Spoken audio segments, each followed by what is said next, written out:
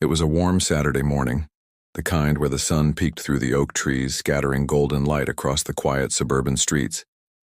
I had just pulled into my driveway after a long week of undercover work. To my neighbors, I was just another homeowner, a guy in his late 30s who liked keeping his yard neat and waved politely when walking the dog. They had no idea who I really was, and that was exactly how I needed it to be.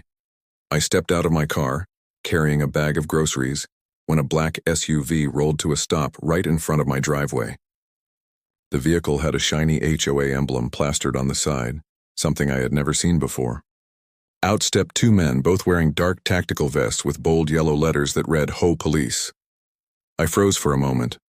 HOA Police? I had worked enough federal cases to know when something didn't smell right. Homeowners associations didn't have police forces. At best, they hired private security.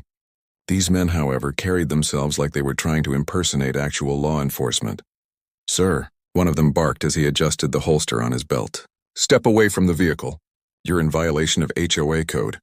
I tilted my head slightly, feigning confusion. HOA code? For what exactly? My lawn's trimmed and I haven't parked on the street. The taller one, with a scar across his cheek, smirked. "Failure to pay your association dues. You've racked up quite a balance. Under HOA regulations, we're authorized to detain you until the matter is settled." I almost laughed. Detain me?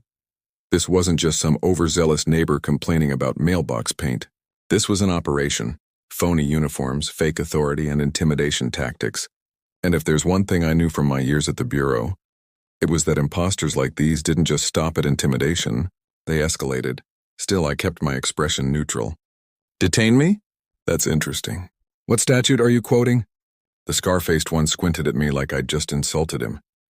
His partner, a younger man with a buzz cut, shifted nervously. "Sir, don't make this harder than it has to be. We can either do this the easy way or the hard way." I took a deliberate step closer, lowering my voice. "Let me give you some advice. If you're going to impersonate law enforcement, at least learn the terminology. Real cops don't talk like cartoon villains." For a split second, the scarred man's eyes widened, then narrowed again. "Big mouth. Let's cuff him." They moved in, one reaching for zip ties, the other resting his hand on what I suspected was either a fake or illegally obtained firearm. My instincts screamed at me to act, but I held back. If I revealed who I was too soon, I'd lose the chance to uncover what these men were really after. So I let them grab my arm. I let them think they had control. As they tried to force me toward their SUV, I cataloged everything. The make of the vehicle, the partial plate number, the stitching on their uniforms. Details I'd use later. "Where exactly are you taking me?" I asked calmly. "To the HOA office," the younger one muttered, clearly uneasy.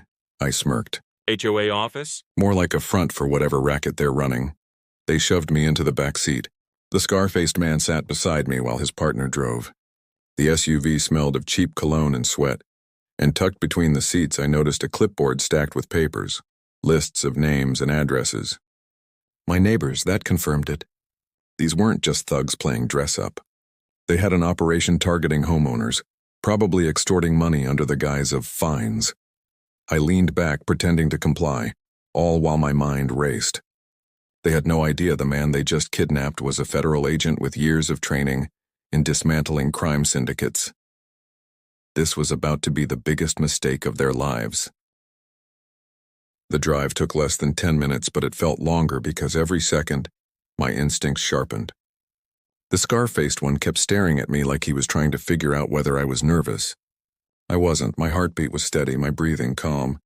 Years of undercover work had taught me to mask everything: fear, aggression, even curiosity.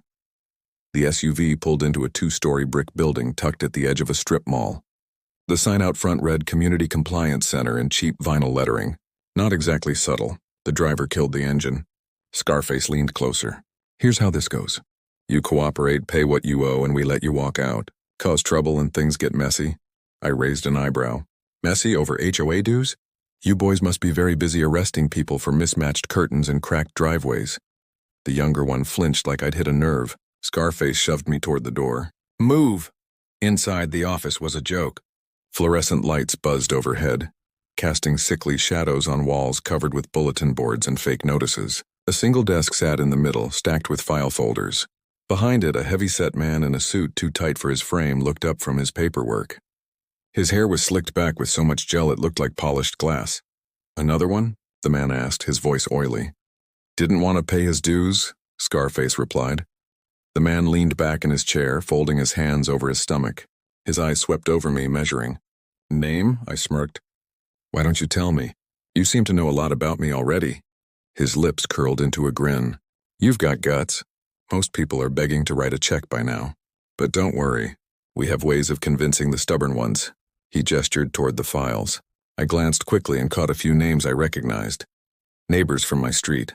Some were underlined in red, others marked with $signs. Extortion, plain and simple. "You're running quite the operation here," I said evenly. "Fake cops, fake office, fake authority. All to shake down homeowners who don't know any better." Scarface slammed his hand on the desk. "Watch your mouth." But the man in the suit chuckled. "Relax, Carter. He's just mouthing off. They all do at first." I met his eyes, keeping my tone flat. "You've made a mistake." The grin faded. "Oh, and what mistake is that?" Before I could answer, the younger thug dragged over a chair and shoved me into it. Scarface pulled out the zip ties and cinched my wrists. They thought they had control. They thought I was just another victim. But I was already planning my next move. The suit leaned forward, his breath reeking of cheap cigars. "Here's the deal. You owe $2,300 in unpaid dues and penalties. You can pay now or we'll escalate." "Escalate?" I echoed. He smiled thinly. "Repossession, foreclosure, and if you resist, well, accidents happen." So that was their game. They weren't just extorting cash, they were trying to strong-arm people out of their homes. Organized crime under the banner of a homeowners association. I tilted my head. "You've been at this a while, haven't you?" The suit frowned slightly, caught off guard by my composure. "Long enough," Scarface sneered. "Don't waste time, boss. Let's rough him up a little. He'll cough up the money." The younger one shifted uncomfortably. "Carter, maybe we should just—" "Shut up, Dean," Scarface snapped. The boss watched me, studying. Something's different about this one. I let the silence hang for a moment. Then I leaned forward as far as the zip ties would allow. "You're right. Something is different. You didn't just grab another scared homeowner." Their eyes narrowed. "You grabbed the wrong guy." Scarface barked a laugh. "Oh yeah? And who the hell are you supposed to be?" That was the moment I let the mask slip just enough. My voice dropped an octave, steady and sharp. "Federal Bureau of Investigation. Special Agent. And you two just committed federal crimes, impersonating officers, unlawful detainment, extortion, kidnapping." The room froze. Dean's eyes went wide. The boss's grin faltered. Scarface scoffed, but I saw the flicker of doubt. "You're bluffing," he growled. I leaned back, calm as ever. "Am I? Then why don't you check the glove box of that SUV you drove me here in?" "Go ahead, you'll find a tracker. I put it there the moment you tried to grab me. My team knows exactly where I am." Dean swallowed hard. "Boss, what if he's not bluffing?" The suit's face turned pale, then red. He slammed a fist on the desk. "He's lying. If he was FBI, we'd already be swarmed." I shrugged. "Give it 5 minutes." The tension in the room thickened. Scarface's bravado cracked just for a heartbeat. Dean looked like he was ready to bolt. The boss tried to regain control, leaning forward again. "If you really are FBI, then you've walked into something much bigger than you can handle." I held his stare. "Try me." The room was so quiet I could hear the hum of the fluorescent lights above me. The boss sat frozen, trying to mask his panic with a glare. Scarface clenched his fists, his jaw twitching, while Dean shifted nervously, glancing between us like a man trapped in the wrong place at the wrong time. I leaned forward, voice low and deliberate. "You boys thought you were running a small-time shakedown, but I've seen your files. I know you've been targeting families, forcing them to pay, threatening to take their homes. That's not an HOA, it's organized crime. And now you've got federal eyes on you." Scarface slammed his fist on the desk. "Shut up!" But his voice cracked, betraying his unease. The boss exhaled slowly, trying to regain control. "You think you know what's going on, Agent. What's your name?" I smiled faintly. "You won't get that from me," he smirked back. "Doesn't matter. Even if you're telling the truth, you've already walked into the lion's den. We're not just a couple of guys in fake vests. We're part of something bigger, something you can't touch." I let the words hang in the air, studying him. He wasn't bluffing, at least not entirely. His confidence had cracks, but he believed in whatever protection he thought he had. "You want to test that theory?" I asked quietly. Dean suddenly blurted, "Boss, maybe we should cut him loose. If he really is FBI, quiet." The boss snapped, his face red with rage. "He's not FBI, he's just another arrogant homeowner who thinks he's smarter than us." I tilted my head. "If I'm just a homeowner, why are you sweating?" That landed. He wiped his forehead with the back of his hand, his gaze darting toward the files on his desk. That stack of folders was the key. Records of victims, money trails, maybe even their backers. I needed those files. Scarface suddenly yanked me up by the arm. "Enough talk. Let's take him downstairs." Downstairs. That meant there was more to this office than met the eye. They dragged me toward a locked door at the back. Dean hesitated before opening it, his hands trembling. A set of creaky stairs led down into a dimly lit basement. The smell hit me first, musty concrete mixed with something metallic. When we reached the bottom, I saw it. Rows of filing cabinets, a couple of old desks, and a corkboard covered in maps and photographs. Strings connected addresses across multiple neighborhoods like a spiderweb of their entire operation. And then I noticed something that made my stomach tighten. A folder labeled Law Enforcement. Scarface shoved me into a chair. "Sit." Dean hung back, staring at the floor. The boss followed us down, adjusting his tie nervously. I kept my tone calm, measured. "You've been tracking cops," the boss smirked. "Of course. You think we'd run this kind of business without knowing who lives in our neighborhoods? We keep tabs on everyone, cops, judges, even politicians. Insurance agent. That's how we stay untouchable." I scanned the corkboard, memorizing as much as I could. They weren't bluffing. They had surveillance photos, schedules, even names of officers. This wasn't just a fake HOA anymore. It was a well-funded, dangerous criminal network hiding in plain sight. "You're making a big mistake," I said evenly. Scarface leaned in close, his breath hot against my ear. "The only mistake was letting you live this long." He pulled a knife from his belt, the blade glinting under the single basement bulb. Dean's eyes went wide. "Carter, no." "Not here." The boss raised a hand. "Wait." Scarface froze, knife inches from my throat. The boss's eyes locked onto mine. "If you really are FBI, killing you here would bring heat we don't need. But if you're lying..." He smiled coldly. "You'll wish we had killed you." I leaned back, unflinching. "You won't touch me. Because you know the second you do, this whole operation burns." The boss stared at me for a long moment, then turned to Scarface. "Lock him up. We'll decide what to do after tonight's meeting." Meeting. That was my opening. If they were gathering more people, it meant there were higher-ups. They dragged me to a small storage room and chained me to a pipe. Scarface sneered. "Hope the FBI sends flowers." Then he slammed the door shut. For the first time, I was alone. The room was dark, damp, and smelled of mildew. But I wasn't worried. I had escaped worse. Carefully, I twisted my wrists against the zip ties. It took a minute, but I managed to slip one hand free. I exhaled slowly. Time to turn the tables. From my boot, I pulled out a small metal pick I always carried. Within seconds, the chain on the pipe clicked open. I moved silently to the door, pressing my ear against it. Voices echoed faintly from the basement. A meeting had started. I cracked the door open just enough to see. More men had arrived. Some wore suits, others casual clothes, but they all had the same hardened look. At least a dozen. On the table lay cash, ledgers, and what looked like deeds to multiple properties. And in the middle of it all, the boss stood proudly, presenting like he was running a boardroom meeting. "Gentlemen," he said, "our HOA enforcement unit has collected over $120,000 this quarter, and we've secured 3 properties for repossession. By the end of the year, we'll own half this community. No one can stop us." I clenched my jaw. They weren't just extorting. They were systematically taking over neighborhoods. That was the moment I realized this wasn't just about a fake HOA. This was about control, power, a criminal empire, disguised as suburban order, and I was going to tear it down from the inside out. From the crack of the storage room door, I watched the so-called HOA board meeting unfold.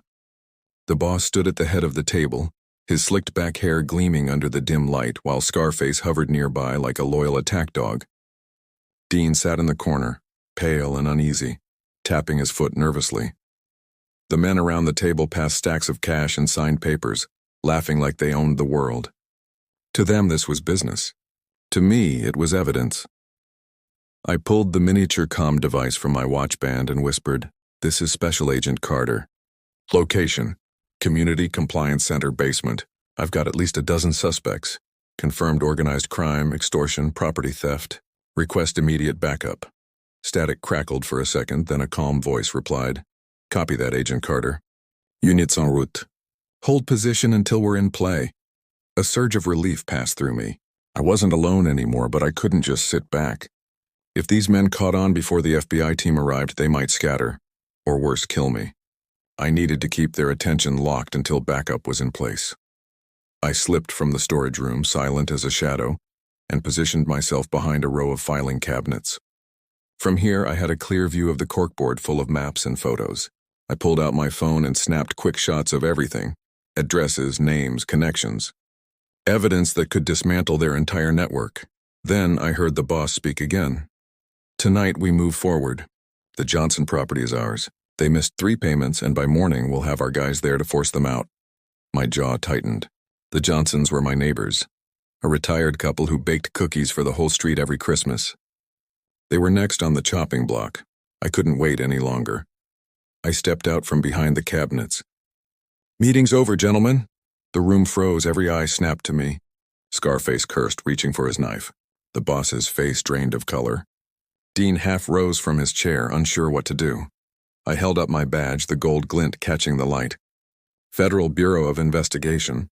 You're all under arrest." For a heartbeat, silence, then chaos. Scarface lunged. I sidestepped, grabbed his arm, and twisted hard until the knife clattered to the floor. I shoved him into the table, scattering cash and papers everywhere. One of the other men drew a pistol, but before he could fire, I kicked the chair out from under him, sending him sprawling. "Don't," I barked, voice sharp as steel. "You fire that gun, and the only thing you'll hit is 20 years in prison for attempted murder of a federal agent." The boss stumbled back, his hand trembling as he reached for his desk drawer. I was faster. I vaulted the table, slammed the drawer shut, and pinned him with my forearm across his chest. "You thought you were untouchable," I growled. "You thought a fake HOA made you kings of the neighborhood. But you just declared war on the wrong block." Suddenly, boom. The basement door flew open. FBI tactical units stormed in, weapons raised, voices commanding, "Federal agents. Hands where we can see them." The suspects froze, one by one dropping their weapons, raising their hands. Scarface was dragged off in cuffs, still snarling. Dean didn't resist. He practically begged the agents to take him away. And the boss? He sagged against the wall, his slick confidence gone. Agents shoved him into restraints as he spat curses at me. "You'll never shut us all down. You don't know who you're dealing with." I leaned close, my voice low enough only he could hear. "I know exactly who I'm dealing with. And I'll be at every trial, every hearing, every appeal, until you rot in a cell." The agents hauled him upstairs. An hour later, the building was crawling with law enforcement. Evidence teams boxed up files, cash, and hard drives. Neighbors gathered outside, whispering in disbelief as men they thought were HOA officers were loaded into black SUVs. One of the agents clapped me on the shoulder. "Nice work, Carter. You walked straight into the lion's den and came out holding the mane." I gave a small smile. They thought they were the hunters. Turns out they were the prey. As I stepped out into the night air, I saw the Johnsons across the street watching from their porch. The old couple waved at me, confused but relieved. I waved back, knowing they'd never know the full truth of what almost happened to them. And that was fine. That was the job. Because in the end, the fake HOA police learned the hard way. You don't try to arrest an FBI agent in his own neighborhood.